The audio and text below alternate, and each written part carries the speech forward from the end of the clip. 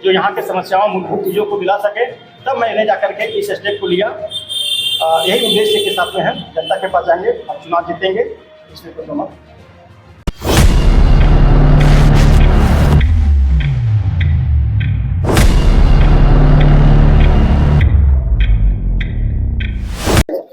नमस्कार।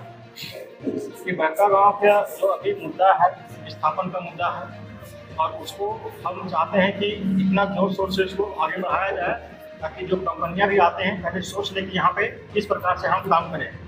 क्योंकि अगर मैं जीत जाता हूँ बताऊँ विधानसभा, तो विस्थापन के मुद्दा में जो भी है, यहाँ पे जितनी कंपनियाँ खुल चुके हैं उसे मैं बंद नहीं करवा सकता, लेकिन हाँ, यहाँ के जो बेरोजगार युवा हैं उन लोग को 90% यहाँ पे स्थानीय रोजगार मिलना चाहिए। 10% आप आगे ला सकते हैं, दिक्कत नहीं है, अनुभव और एक्सपीरियंस के लिए।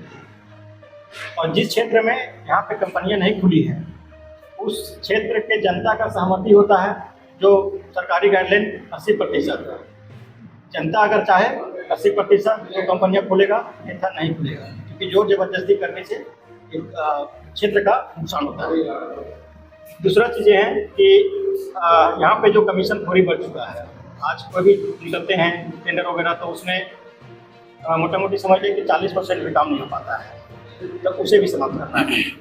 क्योंकि विधायक हो या फिर वीडियो हो या सीईओ हो या दरोगा हो, हर किसी को मोटा तनख्वाह मिलता है, तो उसे और अदर कमाई और कमीशन की आवश्यकता नहीं होना चाहिए, और उसको मैं समाप्त करूँ। शिक्षा का यहाँ जो व्यवस्था है, दफ्तर है, उसे हम जांच कमेटी के माध्यम से सीनियर टीचर को एक पैनल गठन करके और उसको व्यवस्था को सुधारने का प्रयास करेंगे। हम ये नहीं बोल रहे हैं कि हम पूरा शिक्षा व्यवस्था ही चेंज कर देंगे, क्योंकि मैं यहाँ पे जो अभी संघर्ष कर रहा हूँ एक बड़का गाँव का प्रतिनिधि के नाते, और मेरे अंदर में जितने सीमित अधिकार होंगे उसको प्रयोग करके मैं उसे व्यवस्था अच्छा करने, अस्पताल को भी दुरुस्त करने की आवश्यकता है, बिजली, सड़क, ये जितने सारे मूलभूत चीज़ें हैं। क्योंकि आज बड़का गाँव का जो मुख्य उद्देश्य है, मुख्य जो व्यवस्था रखा जाता है, जिधर से कंपनियां के गाड़ी गुजरते हैं उधर का रोड बहुत अच्छे होते हैं, जिधर कंपनी के लोग रहते हैं उधर का बिजली व्यवस्था अच्छा रहता है, लेकिन जिधर आम जनता रहता है उस रास्ता में 2 फीट गड्ढा मिलता है, बिजली समय पे नहीं आता है, पानी का परेशानी होते हैं,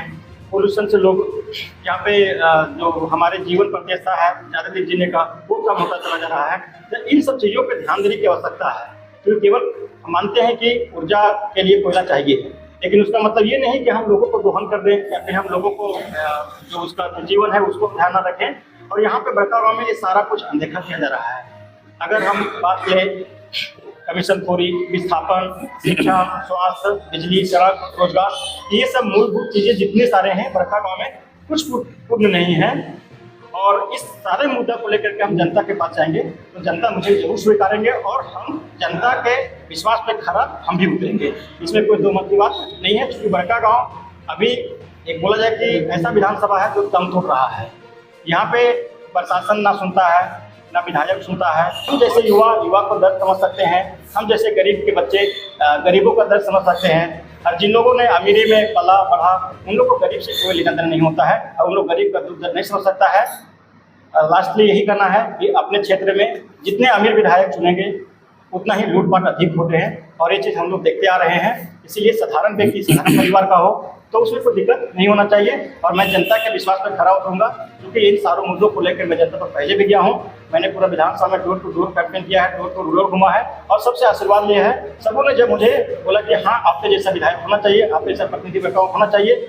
अब जिस गाँव से आते हैं, अब उस गाँव में 500 दिनों से अधिक वहाँ से धरना प्रदर्शन हो रहा है, आखिर वहाँ की समस्या को आप क्या समाधान दिला पाएंगे?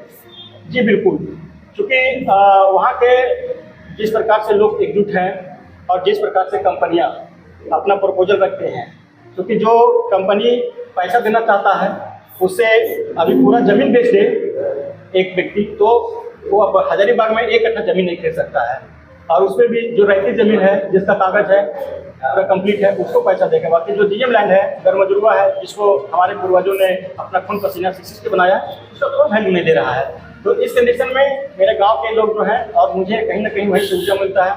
आज पूरा बड़का गाँव विधानसभा में जहाँ घूमता हूँ, मुंदरपुरा के नाम सुनते हुए भी लोग मुझे रिस्पेक्ट देते हैं। जंगल जमीन जब बचेगा जब लोगों को पेट में अनाज होगा, जल जंगल जमीन जब बचेगा जब लोगों की जेबी में पैसा होगा, जल जंगल जमीन तब बचेगा जब लोग लड़ाई लड़ने के लिए शिक्षित होंगे। इसलिए हमारी लड़ाई जल जंगल जमीन गरीबी भूखमरी बेरोजगार उग्रवाद नक्सलवाद की ही लड़ाई है।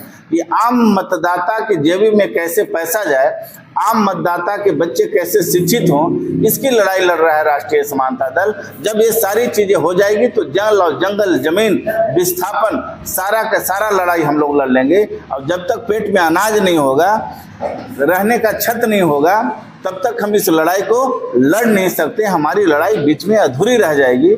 इसलिए राष्ट्रीय समानता दल इस बात को लेकर आया है कि जब तक आम जेबी में पैसा कैसे जाए, इसकी बात करने आया है। चुनाव से पहले हर कोई वादा करता है, जीत जाने के बाद वो वादा को क्यों पूरा नहीं करता? हमारी लड़ाई मंदिर और मस्जिद बनाने की लड़ाई नहीं है। हमारी लड़ाई, हमारा मुद्दा ही है मतदाता पेंशन की लड़ाई। जिस व्यक्ति को मत देने का अधिकार है उसको 5,000 रुपया प्रत्येक महीना मतदाता पेंशन मिलना चाहिए। जिस प्रकार देश का पैसा राज्य में आया, राज्य का पैसा जिला में आया, जिला का पैसा ब्लॉक में आया, ब्लॉक का पैसा पंचायत में आया, पंचायत का पैसा वार्ड में आया, हम लोग लड़ाई लड़े हैं डायरेक्ट मतदाता के खाते में पैसा जाए।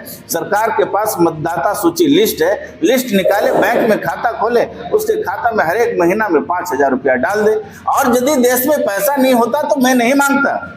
5,000 रुपया तो कम मांग रहे हैं, कम से कम लूटने वाली जो व्यवस्थाएं हैं उसको बंद कर दिया जाए तो 10,000 रुपया से भी ज्यादा हम लोग मतदाता पेंशन दिया जा सकता है, तभी देश सोने का चिड़िया बनेगा। इसलिए हमारी ये बातें हैं, लोक लुभावन बातें नहीं है। तो मैं झारखंड मुक्ति मोर्चा की बात नहीं कर रहा हूँ, न भारतीय जनता पार्टी की बात कर रहा हूँ।